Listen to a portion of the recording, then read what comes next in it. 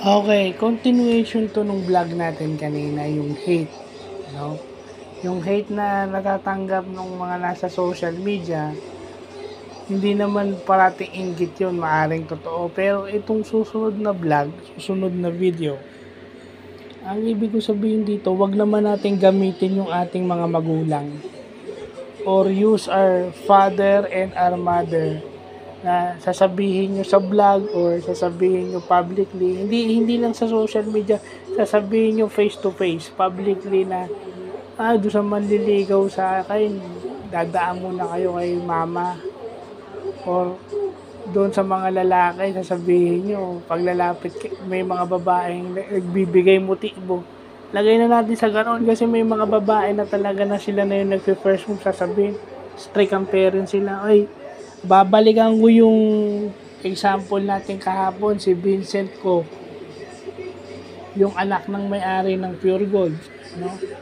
Kung tutusin, ayaw ng pamilya niya kay Bea, pero siya ang nagpumilit dahil talagang tinamaan siya o na-TL siya o na-true love siya kay Bea Alonzo. Sino ba naman ang hindi matu-true love kay Bea Alonzo? Alam naman natin pag Chinese, di ba? Kung ano, Filipino-Chinese, ano ang gusto niya na mapangasawa ng anak nilang lalaki. Di ba? Alam na natin lahat yan. It's fellow Chinese. Pero anong ginawa ni Vincent? Pinorsyon niya si Bea. Binalikan niya kahit na-reject siya. So, wag na natin gamitin yung mga magulang natin. Kasi pag tayo ang nagdesisyon, wala nang magagawa yung mga magulang natin, lalo na pagka nasa edad na tayo. Wala nang magagawa yung mga magulang natin, kaya wag na natin silang gamitin. No? Yung sasabihin mong dadaan sa kanila, hindi na kailangan dumaan sa kanila yan dahil ang desisyon ay nasa inyo. Kayo ang boss pagdating sa bagay na yan. At minsan, aminin natin, kahit maling relasyon, okay?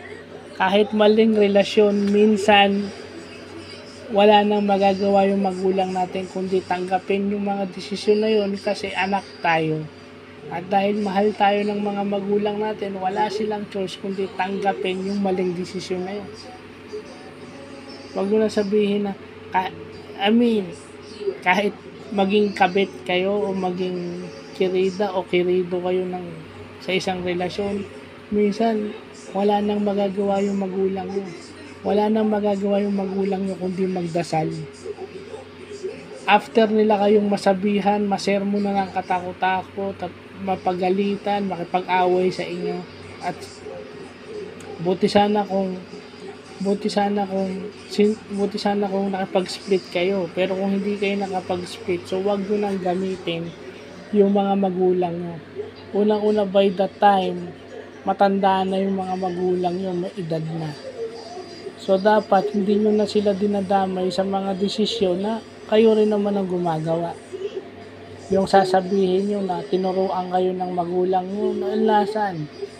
Hindi dapat kayo nasasangkot sa chismis kung yung pangaral ng magulang nyo ay inyong sinusunod.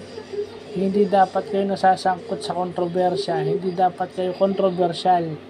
Hindi dapat kayo usap-usapan kung talagang sinusunod nyo yung pangaral ng magulang.